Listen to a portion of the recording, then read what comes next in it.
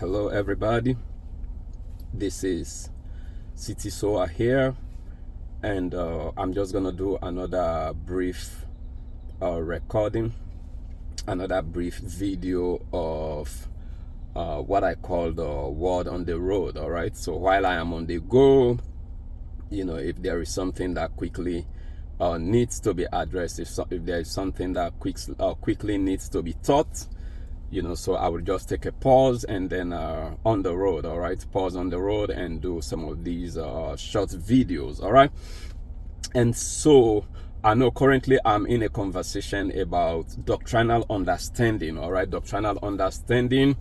And I know for now there is a little bit of a focus based on the conversation that is going on. There is a current focus on baptism.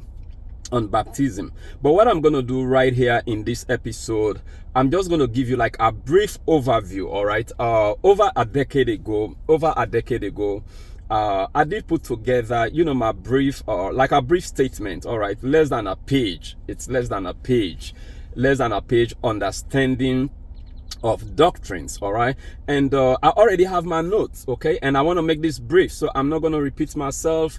Thank God for feedback. Yesterday, somebody from Sierra Leone, all the way from Sierra Leone, called me and told me that I must be careful with repeating myself in my videos. All right, I mean, he said repetition is good when you're trying to make a point, but he just says that should not be done in excess. All right, so I really appreciate that feedback, and I look forward to getting feedback from each and every one of you. All right, so that said, let's get into this. And like I said, I have a note right here, so let me just go through what I wrote a few years ago, over 10 years ago, doctrinal understanding.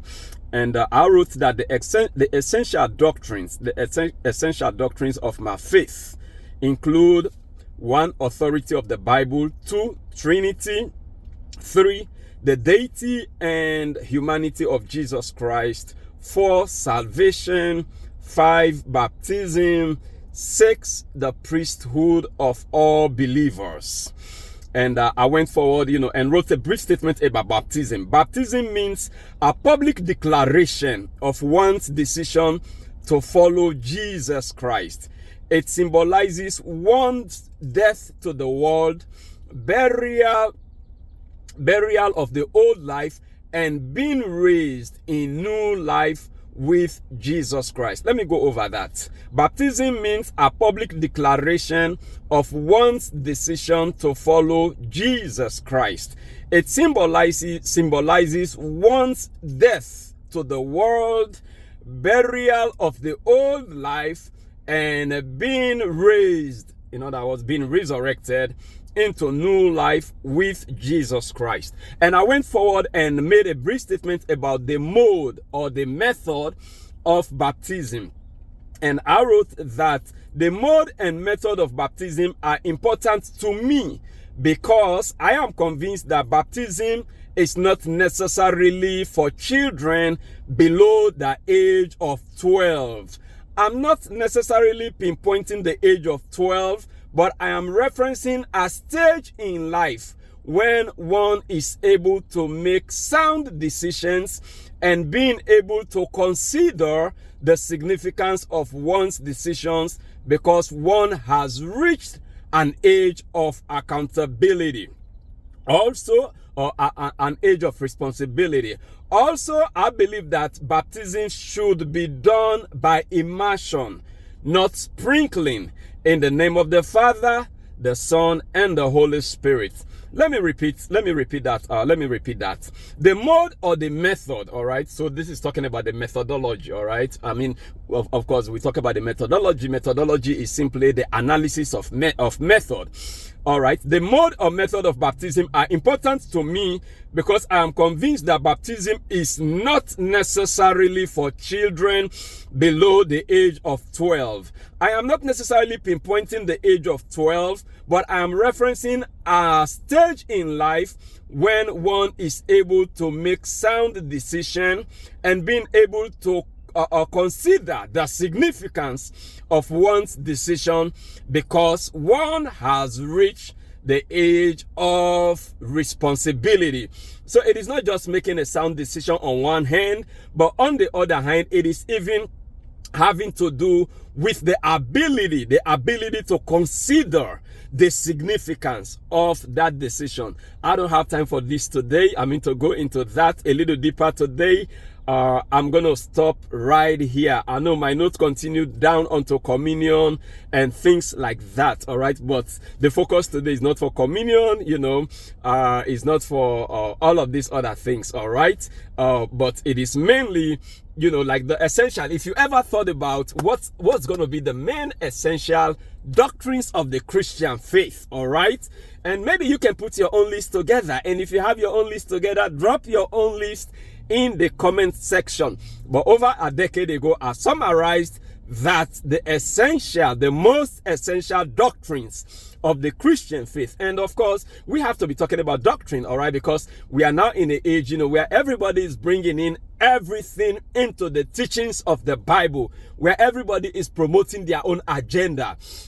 All right, where sometimes we try to discuss issues, we try to debate issues, and sometimes people try to block us from discussing issues, because people will tell us that, oh, we are trying to understand God, but God is such an infinite God, and we have, you know, a limited brain, and why must we try to attempt to understand an infinite God with our limited brains? But anyway, there are doctrines, all right, there are doctrines and there are essential doctrines, all right. And so remember, I gave you my list at the very start of this video, so I'm going to pause here for now. Feel free to leave your comments, and also feel free to subscribe to my YouTube channel, because that is where I want to be dropping these gems, all right. That is where I want to be doing this very important teachings, all right. I mean, sometimes very brief teachings, all right, but that is my goal for now, because I want to build my YouTube channel to a certain level where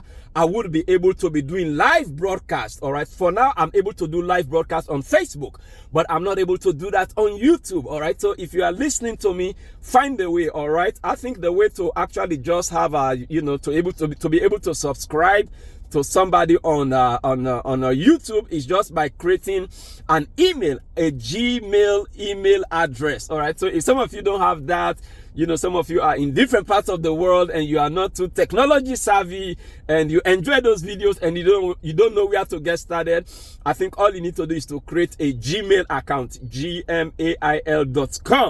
And when you have a Gmail account, you know, from there, I think you should be able to, you know, do one or two things on YouTube, and now you will be able to be subscribing to channels on YouTube, all right. But my goal right now is to get to that critical number, all right. So that is where I'm going. So I hope you understand that, and I hope you can subscribe so that you can help me hit that critical mass, all right. So when I'm ready to be doing videos like this, I can just go, you know, on my software, and I can be broadcasting both on Facebook Live and YouTube Live, all right. So that is the goal. Somebody help me to make this happen. God richly bless you, and this is your boy City Sowa with Word on the Road.